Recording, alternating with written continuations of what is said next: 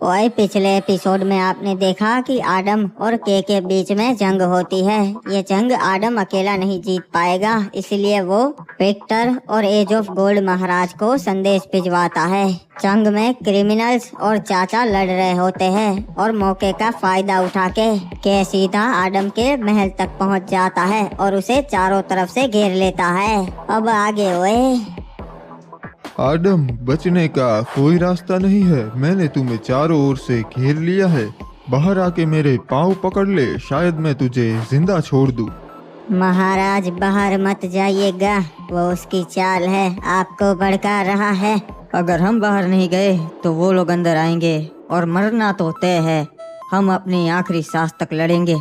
चाचा, हमें जल्दी करना पड़ेगा, उसके सैनिक महल तक पहुंच गए हैं।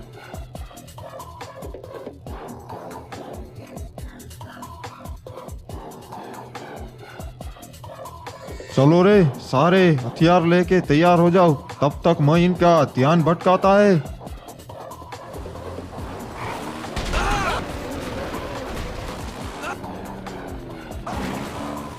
ओए चलो, एक साथ हमला करो, किसी को भी जिंदा नहीं छोड़ना।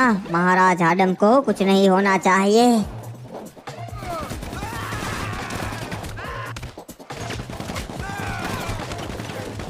ये क्या? पीछे से विक्टर की सेना आ गई है, हमें निकलना होगा। मुझे तो लगा था हम आदम तक पहुंच जाएंगे और उसकी मदद कोई नहीं करेगा।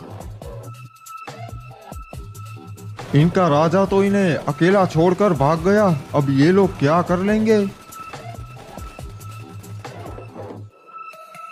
महाराज विक्टर, हमें तो लगा था कि आज हमारा मरना तय है, पर आपने सही समय पे आके हमें बचा लिया।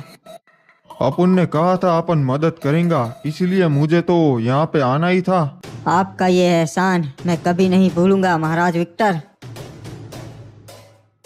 मेरी सेना, मुझे तो आज उम्मीद भी नहीं थी कि हम जिंदा भी बच पाएंगे, पर आज हम ये जंग बहुत बहादुरी से लड़े और जीत गए और दुश्मन को फिर से भगा दिया। हाँ, पर अकेले हम ये कभी नहीं कर पाते।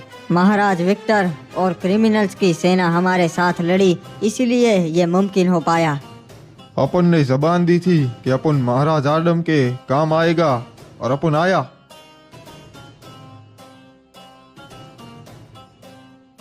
महाराज आदम, कप्तान ने संदेशा भिजवाया है कि आप तुरंत शिप यार्ड पे आइए, उन्हें आपसे कुछ जरूरी बात करनी है।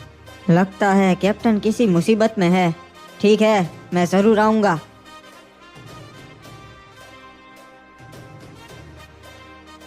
बताओ, क्या खबर है? मैंने कुछ सैनिक भेजे थे रिमनाम विलेज पे और उन्होंने आके मुझे खबर दी है कि महाराज आदम जंग जीत गए।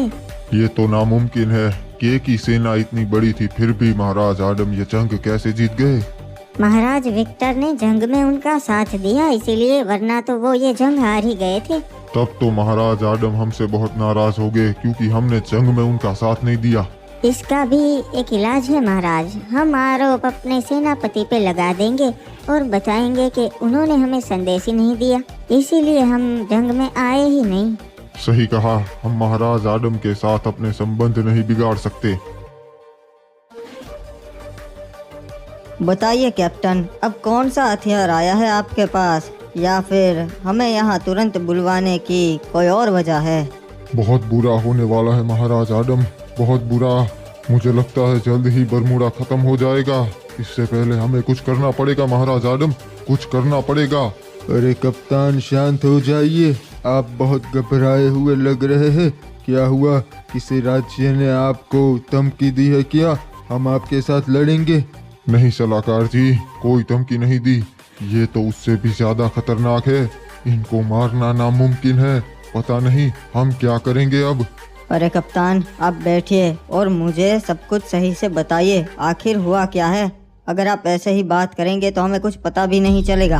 महाराज आदम, आखिर हुआ ये है कि कल मेरे कुछ लोग मेरी सीमा पर खड़े थे और उन्होंने देखा कि कुछ मुर्दे घोड़े को मार कर खा रहे थे। ये देख के मैं भी बहुत घबरा गया कि आखिर वो बाहर कैसे आए। ये क्या बोल रहे हैं कैप्टन? कौन से मुर्दे? मैं नहीं मानता इनमें, आपका कोई वहम होगा। अरे महाराज, मेरा वहम नहीं है, मैंने अपनी आंखों से उन्हें देखा है और वो हकीकत है, सच में थे वो वहाँ पर। मुझे डर है कि वो कहीं शिपयार्ड पे ना आ जाए। अगर ऐसा हुआ तो धीरे धीरे वो पूरे बरमूडा में फैल सकते हैं और कोई नहीं बचेगा। एक काम कीजिए कैप्टन, अभी आप घबराइए मत, ऐसा कुछ नहीं होगा। मैं अपने कुछ सैनिक आपके लिए भेजूंगा और अगर कुछ हुआ भी तो आपको वो कुछ नहीं होने देंगे, ठीक है? ठीक है महाराज, जैसा आप कहे। फिलहाल हम चलते हैं, अगर कोई मुसीबत आए तो आप हमें संदेश भिजवा दीजिएगा। महाराज आडम, आपको पता ही नहीं ये मुसीबत कितनी बड़ी है। रे महाराज, अच्छी खबर से कि महाराज आडम के साथ जंग में हार चुका से और अब वो कमजोर हो चुका से। उसके बहुत सारे जंग में सैनिक मारे गए। अच्छा हुआ बाबू मोसाई, वो इसी के लायक था। जल्द ही हम भी उसे मुंह तोड़ जवाब देंगे। हमें महाराज आडम के साथ हाथ मिला लेना चाहिए, वो एक अच्छा राजा से और हमारे काम आ सकता से। सही कहा, दोनों का दुश्मन भी अब एक ही है वैसे।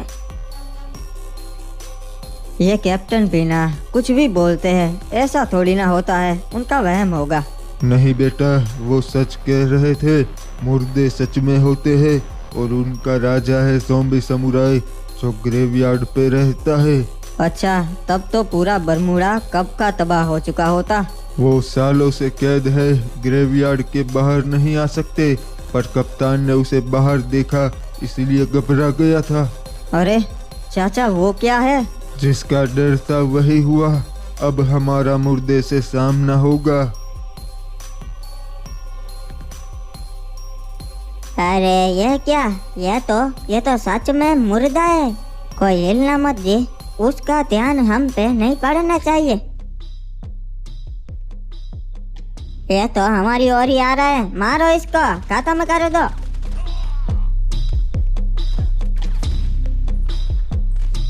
इस पे तो गोलियों का असर ही नहीं हो रहा जी।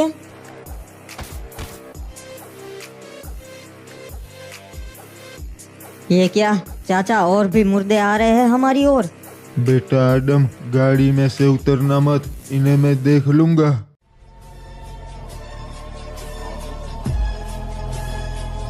सब मारे जाएंगे, कोई भी जिंदा नहीं बचेगा। मैं तुम जैसों का शिकार बचपन से करता आ रहा हूँ, मैं नहीं डरता।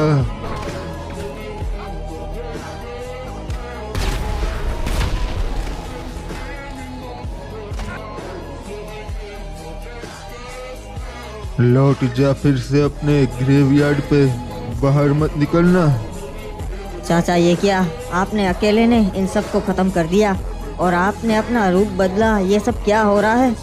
बेटा आडम, मुझे पता है तेरे मन में बहुत सारे प्रश्न हैं, मैं सब कुछ बताता हूँ, पर पहले यहाँ से निकलना होगा।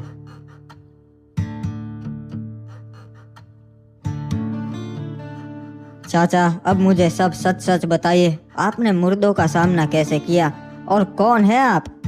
बेटा, मैं 800 सालों से जिंदा हूँ, मैं कोई आम इंसान नहीं हूँ, इसीलिए मैं इनका सामना कर लेता हूँ। चाचा, मुझे पहले से शक था, क्योंकि आप जंग में लड़ाई भी ऐसे करते थे जैसे कोई सैनिक नहीं करता। आप मुझे पूरी बात बताइए। बेटा, ये बात 800 साल पुरानी है, जब बरमूडा में चुड़ैल और राक्षस भी रहा करते थे। हम सेंटोसा राज्य में रहा करते थे, जहाँ पर अभी कोई इंसान नहीं बचा, पूरा बंजर पड़ा है। हम राज्य के 5 शिकारी थे, राक्षसों और चुड़ैलों को पकड़ना और मारना हमारी जिम्मेदारी थी। हमने बरमूडा के सारे राक्षसों और चुड़ैलों को तो मार दिया, पर अभी भी एक खतरा था। जब तक हम उनकी रानी को पकड़ या मार नहीं देते, तब तक हमारी प्रजा के ऊपर खतरा मंडरा रहा था। उस रानी को पकड़ना बहुत मुश्किल था, क्योंकि वो अपना भेष बदल लेती थी। पर एक दिन हमने पता लगा लिया कि वो कहाँ पर रहती है। बरमूडा के पास एक द्वीप है जहाँ पर सिर्फ जंगल है, वो वहाँ पर थी, इसलिए हम 5 निकल गए उसका शिकार करने के लिए। हमने अपना जहाज समुद्र किनारे छोड़ दिया और हम पांचों हथियार लेके निकल गए उसे ढूंढने के लिए।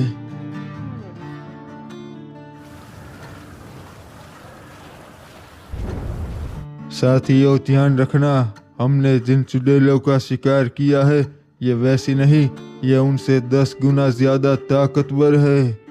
अरे हम फिर भी मार देंगे, हमसे कहाँ आज तक कोई भी चुड़ैल बच पाई है। ये मजाक का समय नहीं है साथियों, वो उतनी ताकतवर है कि शायद आज हम में से कोई जिंदा भी ना बचे। ऊपर से ये जंगल भी उतना ही खतरनाक है, समझ गए सब लोग? फिर से कुछ भटके हुए लोग यहाँ पे आ गए। इन्हें नहीं पता हम शिकारी है, इन जैसों का ही शिकार करते हैं। मार डालो सबको।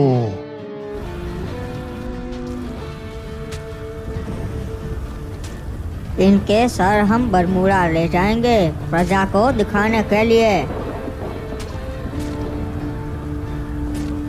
ये लो साथियों, इनके पैरों का निशान का पीछा करो, इन्हें उस रानी ने ही भेजा होगा। ये देखो साथियों, हम पहुंच गए, वो यहीं पे छुपी हुई है। फिर क्या हुआ चाचा, आपने उसे मारा या नहीं? हम वहां पर पहुंच तो गए, पर रानी के साथ उसका एक सेवक भी था जो हमारी ही तरह बहुत अच्छा योद्धा था। उस चुड़ैल तक पहुंचने के लिए हमें उसके सेवक को मारना पड़ता। हमारे बीच में घमासान युद्ध हुआ, पर अफसोस उस युद्ध में मेरे सारे साथी मारे गए। चुड़ैल के उस सेवक ने मेरे सारे साथियों को मार दिया। नहीं, मैं तुझे नहीं छोड़ूंगा।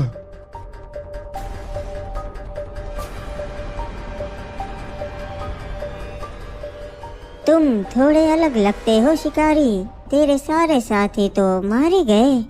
आज तू भी नहीं बचेगी।